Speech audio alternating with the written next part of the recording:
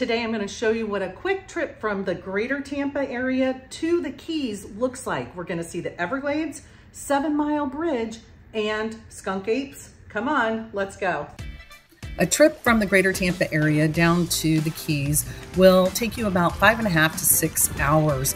We got started super early in the morning. I packed up the Jeep around 5 a.m. We hit the road, took I-75 down towards the Naples area, made a quick stop for gas, which you definitely need to do before you go across the Everglades. We got some coffee and we headed towards the Tamiami Trail. I like to usually take Alligator Alley, but GPS had us going this way. As you can see, there are signs that say, hey, look out for the panthers that might cross the road, but none of them crossed the road for us. So we didn't get to see a panther. But as we were driving through the Everglades, we did come across a little place that is the Skunkape Headquarters, really. What is a skunk ape? Here it is. This is a skunk ape. A skunk ape is Florida's version of Bigfoot, and it is rumored that they live in the Everglades. And so there is this entire little shop that is dedicated to everything Skunkape and things revolving around the Everglades.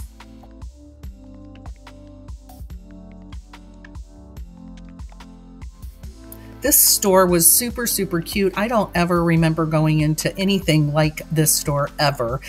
Just imagine anything that you could put a skunk ape on, they had it there. There were t-shirts, there were hats, there were car decals, magnets. They had everything. I think there were even skunk ape crossing signs there as well. You can see right here, there's a whole bunch of magnets that are on that side of that cooler right there. Everything revolving around the Everglades. Now they also had an animal exhibit here, which we did not have time to go and do. You do have to pay a little bit extra to go in there. They also have a campground here, and I think they do eco tours as well. I grabbed a pair of socks with the skunk ape on it. I thought those were super cute. Anyways, if you are passing through the Everglades, you should definitely stop in this cute little store. By the way, I am Allison Newland, broker owner of Platinum Properties of Florida, located in the Greater Tampa Bay area, and I will put a Greater Tampa relocation guide link at the top of this video for you. Outside next to the parking lot, there's a fenced in area. You couldn't really go in there, but you can see that you can get a really good picture with the giant Florida panther and an alligator in the background if you wanted to do that. Our next stop was to go and do something I have always wanted to do, and that is to take an airboat ride through the Everglades. So we went to the Gator Park and we signed up for the airboat tour. We got there probably around 10 in the morning or so, around 9:30, 10. There was not really a line. We only had to wait about 15 to 20 minutes. You can buy your tickets in advance, but we just bought them at the window when we got there. There are a handful of different airboat tour operators as you drive along the Tamiami Trail through the Everglades. However, I did my research before deciding on which place I wanted to stop. I read a bunch of Google reviews and I decided Gator Park was the place I wanted to stop. I will put the link to their site in the description below and make it easy for you to find them. Be sure to stick around for the end of the video because we saw something when we were in the Keys that was completely awesome and shocking at the same time.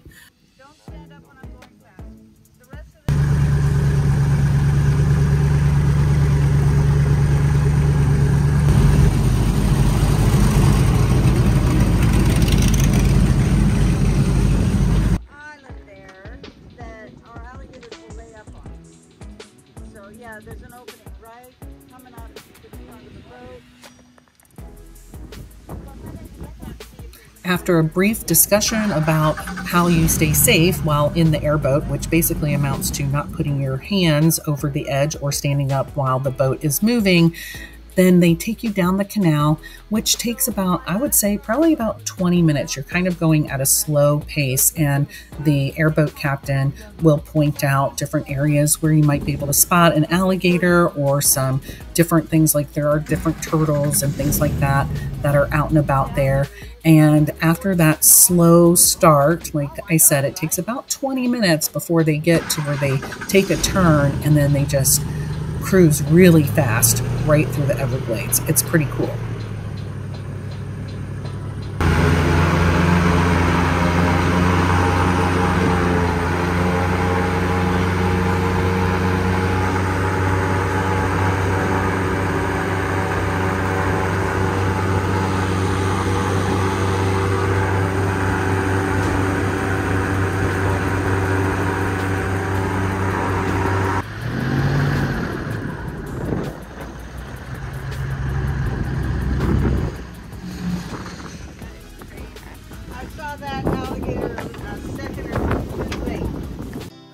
We really enjoyed going out on the airboat into the Everglades. It was really cool. I've never experienced anything quite like it.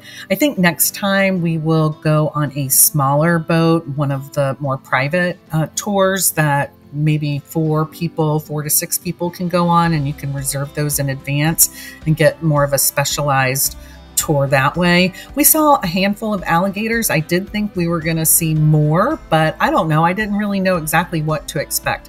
But be sure that you tip your airboat captain. They are awesome. They do a great job and they deserve it. And I don't think people realize that they should bring some cash and tip them when they exit the boat. So make sure you do that.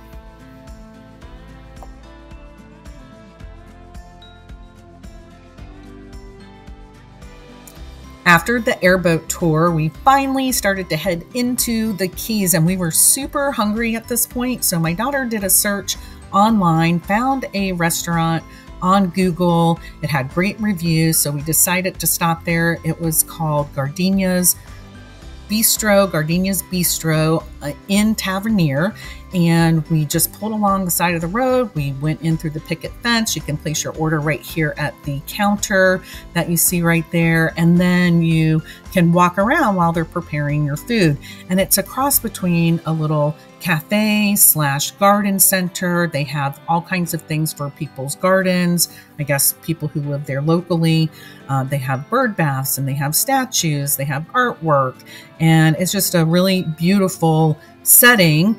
And then while you're waiting for your food, not only can you walk around and see all of that, they actually have a little gift shop there.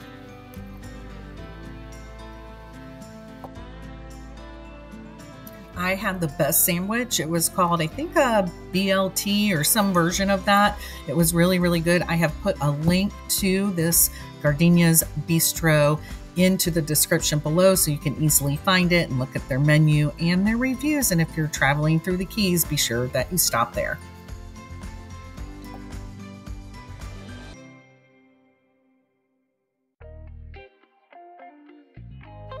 After lunch, we made our way down to Marathon and checked into our room at the Courtyard Marriott. I'm a Marriott person, so that's where I like to stay.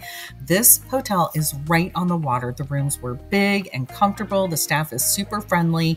You also get to take out at no charge bicycles and also beach chairs if you want them. All you have to do is go to the front desk and check them out, and there is no charge for that, which is super awesome. I will tell you, as you're walking around the property, to watch out for iguanas. They won't hurt you, but they are everywhere. They will cross in front of you on the sidewalk. I have put the link to the hotel in the description below.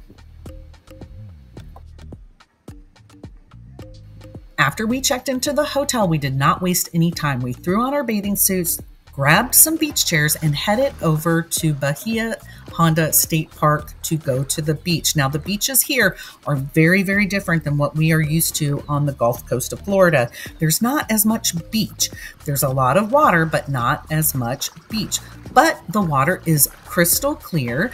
The skies weren't that blue that day. It was a little hazy, but it was still a beautiful day. And as you can see, there's dark spots in the water. You might think that that's deep water, but it's not. It's actually seagrass.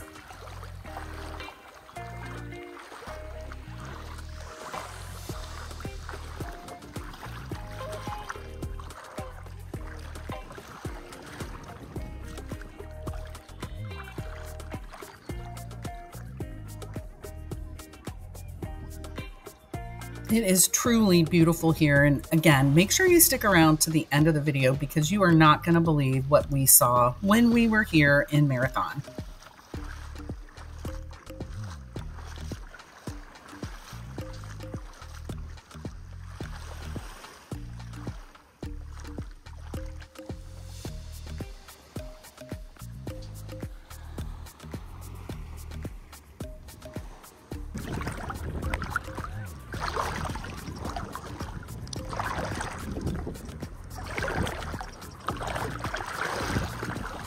We spent about an hour walking in the water and up and down the beach. We got to see a really cool sea urchin under a rock. If you see something like this, look, but don't touch. We had a quick bite to eat at a local restaurant, and then we headed in for the night. It was a very long day.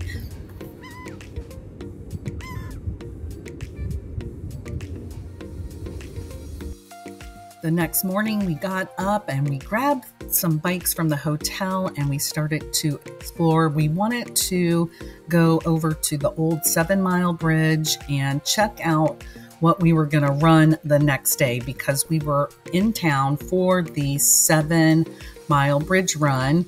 That's right. That's the whole reason for this trip. So we decided to take the bikes on the old 7 Mile Bridge. You can walk or you can ride a bike here.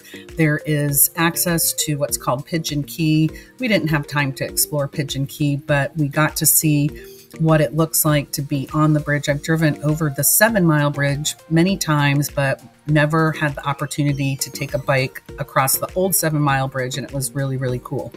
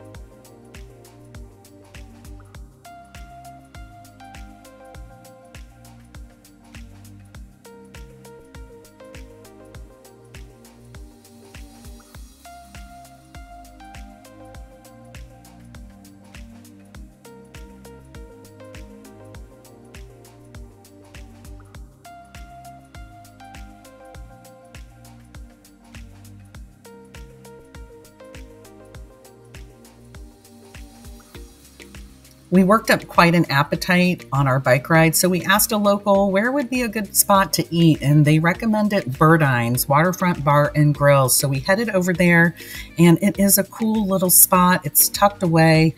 It's hard to find if you don't know it exists.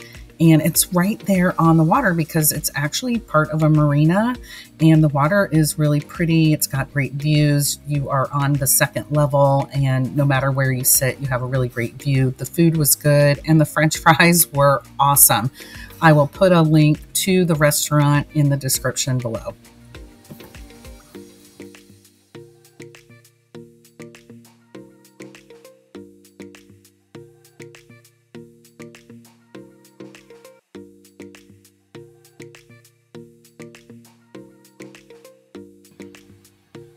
The entire reason for this trip to the Keys was to participate in the 7 Mile Bridge Run. It's a pretty big deal because they actually shut down the bridge for a couple of hours to allow 1,500 people to run and race across this bridge.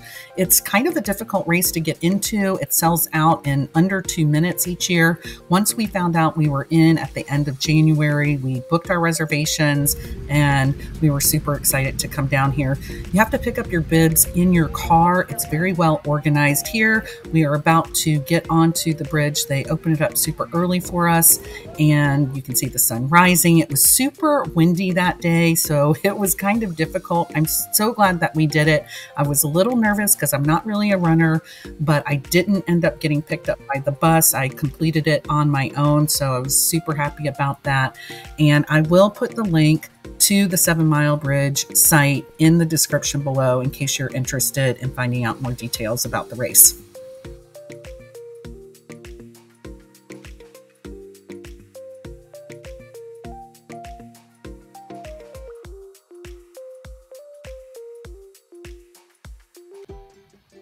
After the race, we packed up and we got in the Jeep and headed down to Key West. It was only about an hour south of where we were staying, so we figured why not. We headed to one of my favorite places, another Marriott property called the Saint. It's a boutique hotel with about 36 rooms. It's super sexy and swanky. The folks are really nice. It's centrally located off of Duval, and so you can walk very easily around town. They do have valet parking, so it's easy to bring your car, and it's just a good location to be when you are in Key West. And of course, I will put the link to this hotel in the description below.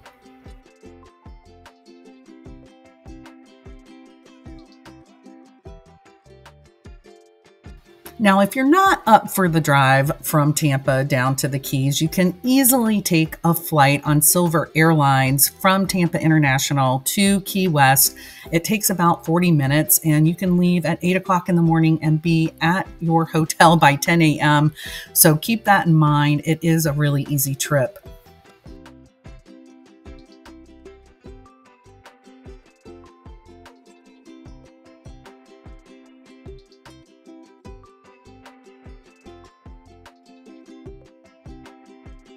As you can imagine, we were pretty exhausted from the last couple of days and running across the 7-mile bridge. So we relaxed by the pool for a couple of hours, and then we decided that we wanted to stroll down the streets of Key West. We went down Duval and checked out all the different shops and just took our time to find a place to eat.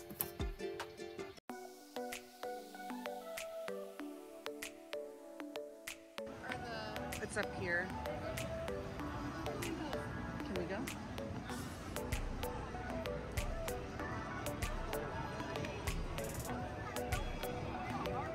If you've never had the opportunity to visit Key West, what you can expect is a very adult-friendly atmosphere with tons of bars and restaurants. Many places host live local music.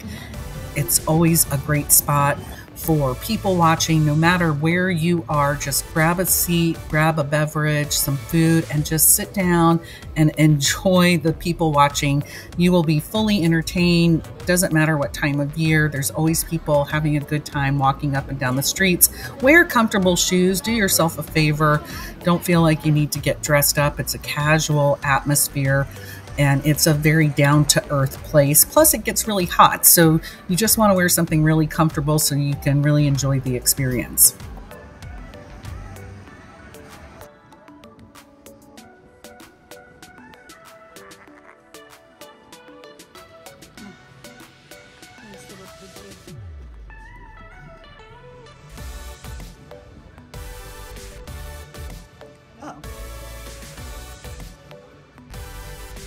Here's a pro tip for you. Many of the restaurants offer a happy hour special from 4 to 6. You have to hunt them down a little bit. But if you are by the waterfront, you will find menus posting the happy hour specials. You can get a great meal at a fraction of the price if you go during this time. That's what we decided to do. So we just walked along the water. You can actually see tarpon in these waters. Sometimes they feed them. They have different times of day where they will actually feed them, and they'll come right up and you can see them up close and personal. They're really, really big fish. It's a beautiful place to walk and sit and enjoy your food and a beverage. It's really one of my favorite spots when I'm visiting Key West.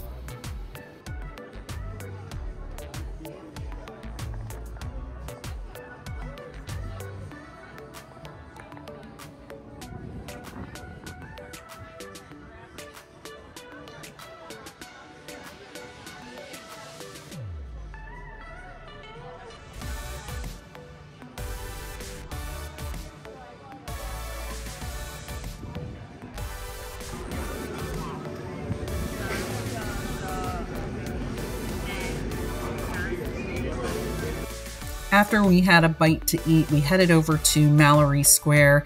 It was clear at that point we were not going to make it for sunset because we were just super tired, but we wanted to come and check it out anyways.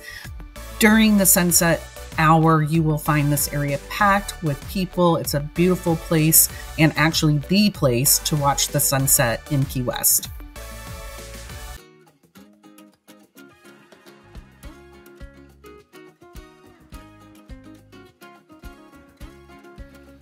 After visiting Mallory Square, we headed back to our hotel and we called it a night. It was still pretty early, probably around 7 o'clock, and we just hit the sack.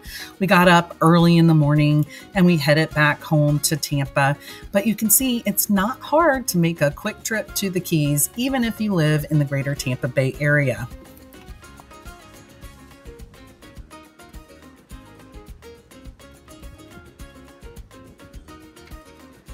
So the craziest thing happened after we were done with the race on the 7 Mile Bridge. We were walking back to the hotel and a dead fish dropped from the sky right at my feet. And I thought someone threw it at me at first, but it turns out when I took out my headphones, I heard all these birds squawking, and I looked up and there was a lot of seagulls and a bald eagle. And apparently they were fighting over this fish, and one of them dropped it and it almost hit me.